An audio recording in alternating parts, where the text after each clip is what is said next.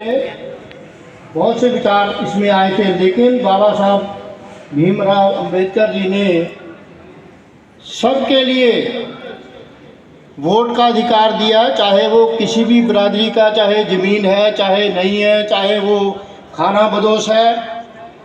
औरतों के लिए मुझे फ़ख्र है कि हिंदुस्तान में औरतों के लिए जब आज़ादी आई, सबसे पहले अधिकार औरतों को भी बराबरी के मिले। इंग्लैंड में 300 साल बाद मिले, जब वहाँ आज़ादी आई थी। वहाँ लड़ाई हुई, औरतों को अधिकार नहीं देते थे वोट का, उनको हमसे भी बाद में मिले, बहुत संघर्ष करने के बाद मिले। तो उन्होंने सभी को, लेकिन साथ में ये है कि वोट का अधिकार तो मिल गया, तब ये आशंकाएं थी कि देश चलेगा नहीं चलेगा, क्या होगा क्या नहीं होगा।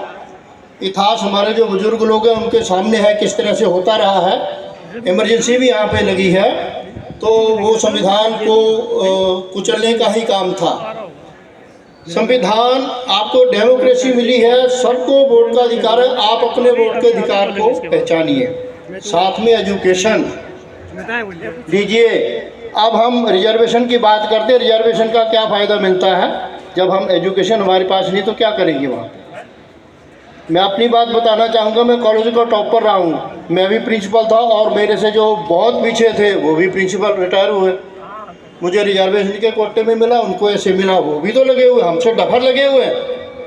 तो कहने का मतलब अपनी एजुकेशन को सुधारो। मुझे एक बात याद आ रही है, ये सन 2011-12 की है। पंजाब में बाबा फरीद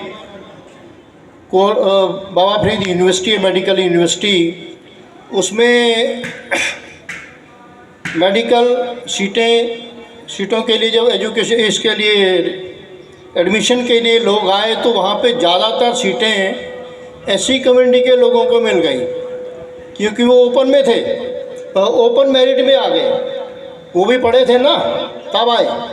लोगों ने मुजाहरा किया कि इनको ज़्यादा सीटें क्यों मिल रही है। वहाँ पे ये कहा गया कि जब ओपन है, जब आपको नंबर ज़्यादा आएंगे तब तो आपको वो मिलेगी, रिजर्वेशन तो उसके लिए जो नहीं आ पा रहा है। तो कृपया ध्यान दीजिए, आप में कोई कमी नहीं है। आपका इतिहास जो है वो बहुत पहले, आप सोचेंगे, मैं यहाँ पे मनुवाद की बात नहीं कर रहा हूँ, मनुवाद तब भी था, लेकिन यहाँ पे काम करने वाले लोग उस समय भी थे। ये कुछ लोग होते हैं, हमने किसी से बैर नहीं मोलना है, लेकिन कुछ लोग होते हैं जो उसमें, अब संविधान है जो यहाँ पे कॉलेज में हुआ, वहाँ कौन सा बैठा है आकर, क्या मनु की कॉपी दे रखी है उसको कि इसके अनुसार चलाना है, ऐसा नहीं है।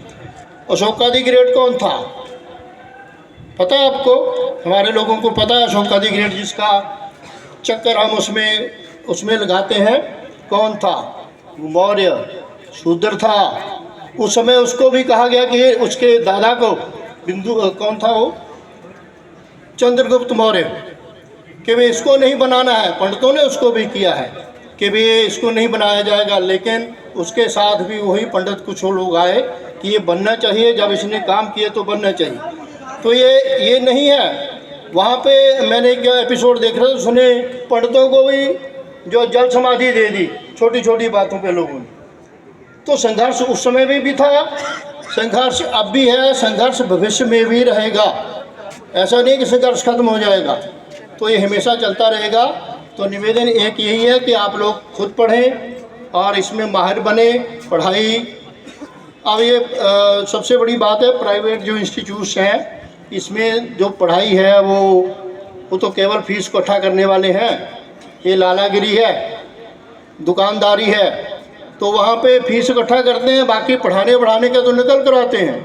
आगे जाकर बच्चे जा नहीं पाते हैं, बच्चे किसी कंपटीशन में नहीं निकल पाते हैं, अप्लाई ही नहीं करते इन इंस्टीट्यूट से निकले, क्योंकि उनका सेल्फ कॉन्फिडेंस ही नहीं होता। तो आप पढ़िए, खुद योग्य बने। हमारे पास संविधान है, संविधान आपके साथ है, लोग आपके साथ, सरकारों ने, हम ये नहीं कह पाएंगे कि सरकार ने नहीं किया। सरकार के पास जब आया, कुछ वहाँ पे लोग बैठे हैं जिन्होंने नहीं किया, तो हम प्रेशर के लिए अब आए हैं कि वो करेंगे उसको। सरकार कभी नहीं कहेगी कि भाई वहाँ से किसी को फ़ोन नहीं आया थानेदार को कि तेने FIR लॉन्च क्यों नहीं की है, क्यों नहीं एक्शन ले रहा, किसने बोला उसको? नहीं ले रहे हैं, प्रेशर भी कोई नहीं होगा। तो लेकिन कुछ लोग ऐसे हैं, मुझे तो पता लगा कि अपने ही कोई रिजर्व कैटेगरी का व्यक्ति अपने आप ही डरते रहते, जब वहाँ पे भी चले गए वहाँ पे भी बैठे, वहाँ पे भी एक्शन नहीं ले पाते। किसी का फ़ोन नहीं आया, किसी का प्रेशर नहीं हुआ, बस वैसे ही। तो भैया अपने आप में काबिलियत पैदा करें, संघर्ष करें, तो ये सारी चीज़ें एजुकेशन से आएगी। धन्यवाद।